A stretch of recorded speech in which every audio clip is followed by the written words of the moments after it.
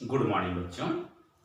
आज मैं आप लोगों के लिए पूर्व पर रूप स्वर संधि को लेकर आया हूं। हमने पिछले वीडियो में पूर्व रूप स्वर संधि को पढ़े हैं और ये जो पर रूप स्वर संधि है वो स्वर संधि के 7वां प्रकार है। इसके बाद हम प्रकृति भाव स्वर संधि को पढ़ेंगे।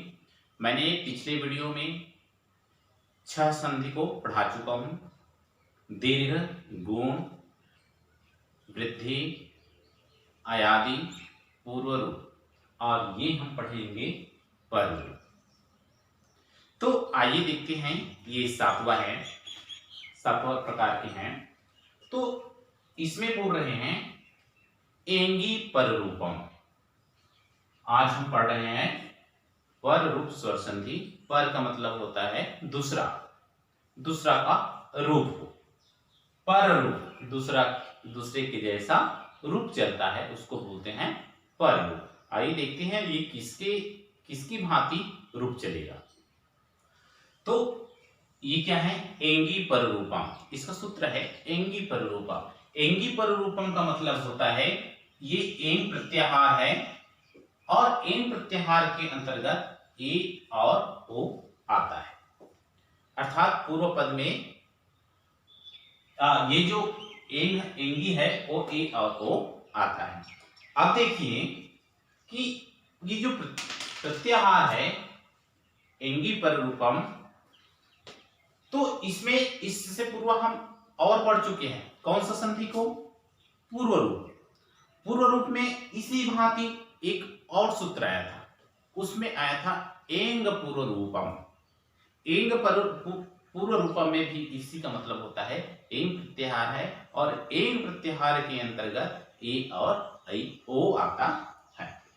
तो आइए देखते हैं इसके कुछ नियम हैं, क्योंकि संधि करने से पहले हम उसके नियम को जानना आवश्यक है। जब तक हम उसके नियम और सूत्र को नहीं जानेंगे तो हमारे साथ संधि विच्छेद या संधि का निर्माण हम नहीं कर सकते हैं। तो इसमें बोल रहे हैं अवर्णा। वर्ण की अंत में क्या होनी चाहिए? आ होनी चाहिए, चाहे ह्रस्व हो, ह्रस्व आ हो या दीर्घ हो। तो अवर्णा आ अंत वाले, अर्थात पूर्व पद की अंतिम वर्ण क्या होनी चाहिए? ह्रस्व आ होना चाहिए या दीर्घ आ होनी चाहिए। उसके बाद क्या बोल रहे हैं? उपसर्गों के बाद। अब देखिए, अब जो ह्रस्व आ या दीर्घ आ हो वो क्या होनी चाहिए? उपसर्ग होनी चाहिए। किसमें? पर रूप स्वर संधि। जो पर रूप स्वर संधि है वो पूर्व पद चाहे ह्रस्व आ हो या दीर्घ आ हो, उसमें वो क्या होनी चाहिए? उपसर्ग होनी चाहिए। जिसमें 22 उपसर्ग होते हैं संस्कृत में, उन 22 उपसर्गों में से कोई भी उपसर्ग होनी चाहिए। और कौन से पद में होनी चाहिए? पूर्व पद में होनी चाहिए। और वो जो उपसर्ग हो वो क्या होनी चाहिए? ह्रस्व आ हो या दीर्घ आ होना चाहिए। अर्थात जो उपसर्ग पूर्व पद में जब उपसर्ग होगा तो उसका जो अंतिम वर्ण होगा वो क्या होना चाहिए? आ या आ होनी चाहिए। और उसके बाद उपसर्ग के बाद ए या ओ से प्रारंभ होने वाला होना चाहिए।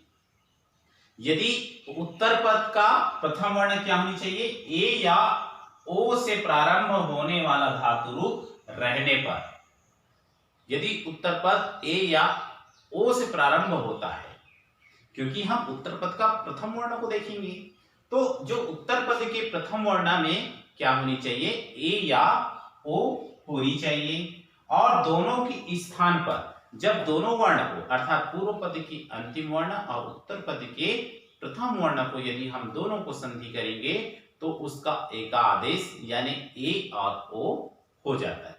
यदि ए है उत्तर पद में तो ए आदेश होगा और उत्तर पद में यदि ओ है तो उसका आदेश ओ ही होगा।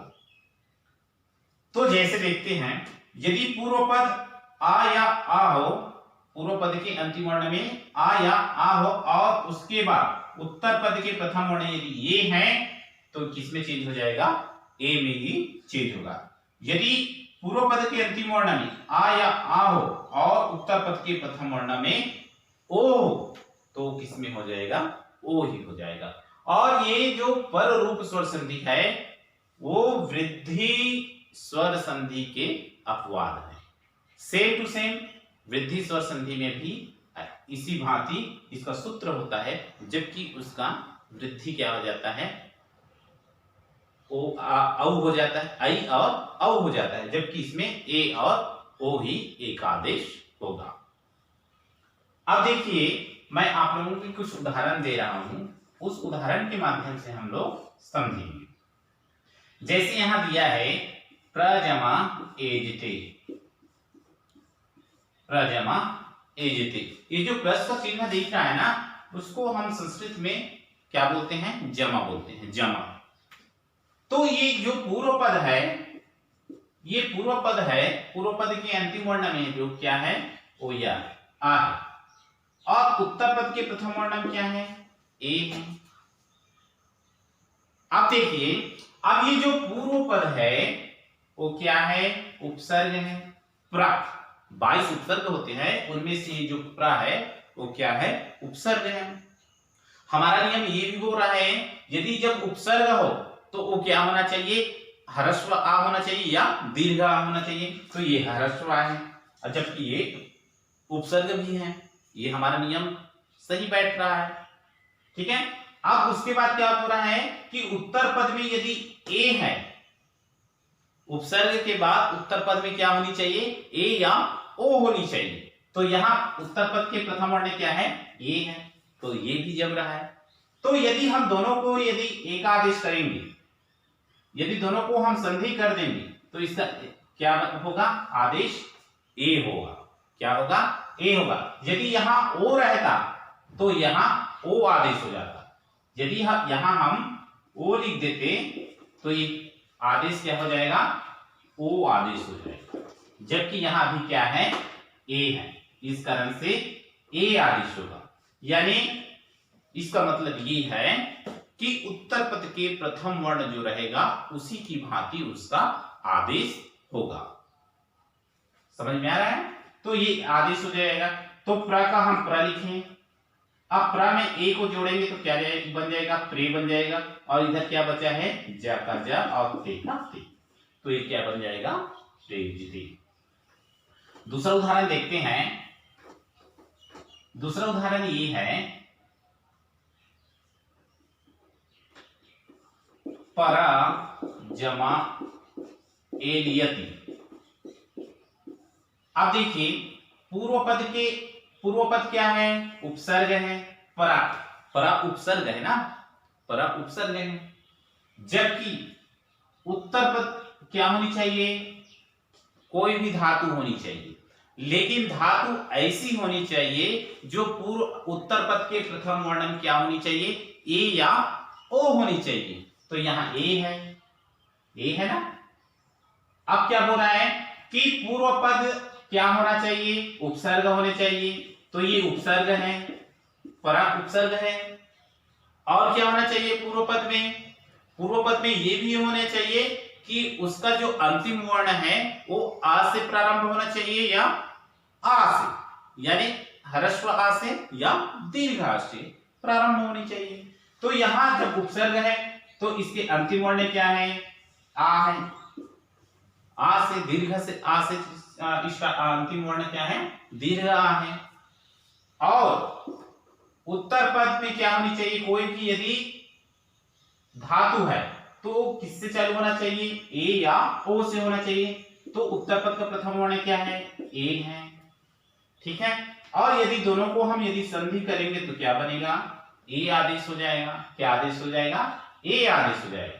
तो परा का हम परा लिखें, ठीक है। अब परा को परा कैसे लिखेंगे, देखो परा आ निकल गया, यहां से बाहर दीर्घ आ निकल गया, तो ये क्या बन जाएगा, पर बन जाएगा। ठीक है। अब इसमें ए को जोड़ेंगे तो क्या बनेगा, परे बन जाएगा और ये हलंत्यम हट जाएगा। और यहाँ क्या बचा, ल और या ती, तो ये क्या बनेगा, परेल यति। क्या बनेगा, परेल यति। देखिए एक बार और, परा उपसर्ग है, उसके बाद कोई भी क्या होनी चाहिए, क्या होनी चाहिए, कोई भी धातु होनी चाहिए। अब जब धातु होनी चाहिए तो उत्तर पद के जो प्रथम वर्ण हो वो कैसी धातु होनी चाहिए, ए या ओ से होनी चाहिए। जो स्टार्ट हो रहा है वो ए या ओ से चालू होना चाहिए, तो यहाँ ए से चालू हो रहा है। और ये पूर्व पद क्या है, उपसर्ग है, और उपसर्ग ऐसी होनी चाहिए कि ह्रस्व आ होना चाहिए या दीर्घ आ होना चाहिए, तो यहाँ दीर्घ है। ठीक है, अब ए और आ को हम जोड़ेंगे यानी संधि करेंगे तो ए आदेश उत्पन्न होगा, और वो आदेश कैसे उत्पन्न होना चाहिए, उत्तर पद के प्रथम वर्ण की भांति आदेश होनी चाहिए। तो ये उत्तर पद के प्रथम वर्ण की भांति आदेश हो रहा है। तो हम पर का पर लिखे, यहां से हम किसको निकाल दिए हैं, स्वर को निकाल दिए हैं, तो पर को पर लिखे। अब ए को हम इसमें डाले जोड़ेंगे तो ये परे हो जाएगा, और ला का ला और या को या और ती का ती, तो ये परे यति। अब समझ में आया आप लोगों को? ठीक, अब ओ से उदाहरण देखते हैं। ओ वाले से उदाहरण देखेंगे, जैसे उप जमा ओषति। अब ये उपजमा ओषति है, तो ये जो उत्तर पद का प्रथम वर्ण क्या है, उपसर्ग है, उपसर्ग होनी चाहिए करके हमारा नियम हो रहा है। अब ये जब उपसर्ग होनी चाहिए तो साथ साथ क्या होनी चाहिए, ह्रस्व आ होनी चाहिए या दीर्घ आ होना चाहिए। तो यहाँ उपसर्ग के साथ साथ क्या है, ह्रस्व है, आ है, प्रथम अंतिम वर्ण क्या है, ह्रस्व आ है। अब यदि उत्तर पद इसके बाद क्या होनी चाहिए, कोई भी धातु होनी चाहिए, लेकिन धातु होनी चाहिए उनमें से प्रथम वर्ण ए या ओ से चालू होना चाहिए। तो यहाँ ओ है, ओषति, तो यहाँ क्या है, ओ है। अब इसको दोनों को संधि करेंगे तो क्या आदेश हो जाएगा, क्या आदेश हो जाएगा, मैंने बोला था ना, उत्तर पद की प्रथम वर्ण की भांति आदेश हो जाएगा। तो यहाँ क्या आदेश हो जाएगा, ओ आदेश हो जाएगा। अब देखिए, अब उप का उप लिखे, अब इसमें हलंत्यम लगा देंगे क्योंकि यहां से क्या निकल गया है, आ निकल गया है, तो ये हलंत्यम वाला बचेगा। अब इसमें यदि हम ओ को जोड़ेंगे तो ओ को जोड़ेंगे तो हलंत्यम हट जाएगा, और यहाँ ओ को जोड़ दिए। अब क्या बचा, यहाँ सती, तो सती को हम, तो यहाँ क्या बनेगा, उपोषति। क्या बनेगा, उपोषति। और एक उदाहरण देख लेते हैं, जैसे प्राजमा ओषति। अब देखिए हमारा पूर्व पद क्या है, उपसर्ग है, उपसर्ग है। अब उसमें क्या होनी चाहिए, उपसर्ग होने के साथ साथ आ या आ होनी चाहिए, तो यहाँ पूर्व पद की अंतिम वर्ण में क्या है, आ है। जबकि उत्तर पद में क्या होनी चाहिए, कोई भी धातु होनी चाहिए, लेकिन धातु ऐसा होनी चाहिए कि ए से प्रारंभ हो या ओ से प्रारंभ होनी चाहिए। तो यहाँ क्या है, ओ है, ओ है। अब देखिए दोनों को हम यदि संधि करेंगे तो उसका आदेश क्या हो जाएगा, उत्तर पद की प्रथम वर्ण की भांति आदेश हो जाता है। तो क्या है, ओ आदेश हो जाएगा। अब देखिए, अब दोनों को हम जोड़ेंगे तो ये प्र का प्र लिखे, ठीक है। अब इनमें से आ तो निकल गया है, अर्थात स्वर निकल गया है, और इसमें का स्वर है, तो ये दोनों को जोड़े हैं तो क्या बना है, ओ, जो ओ बना है, आदेश क्या हुआ है, ओ आदेश हुआ है। तो ओ को हम इसमें जोड़ेंगे तो क्या बनेगा, प्रो हो जाएगा। अब यहाँ क्या बचा है, सती, तो प्रोषति। क्या बनेगा, प्रोषति। तो इसी प्रकार से ये पररूप स्वर संधि बनता है। इसका सूत्र है एंगी पररूपम। तो आशा करता हूं कि इस वीडियो के माध्यम से आप लोगों को समझ में आया होगा। मैं आप लोगों को कुछ अभ्यास कार्य दे रहा हूं, उन अभ्यास कार्यों के माध्यम से आप उस अभ्यास कार्य को हल करके दिखाइए, चाहे गलत हो या सही हो। जहां समझ में नहीं आता है वहां पूछने का प्रयास करेंगे ताकि आप लोगों को समझ में आ सके। कल हम पढ़ेंगे प्रकृति भाव स्वर संधि, फिर इसके बाद हम पढ़ेंगे व्यंजन संधि, फिर उसके बाद पढ़ेंगे विसर्ग संधि। ये भी तीन तीन दिन लगेगा। उसमें भी प्रकार होते हैं व्यंजन संधि और विसर्ग संधि में।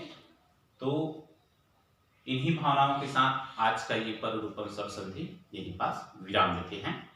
धन्यवाद।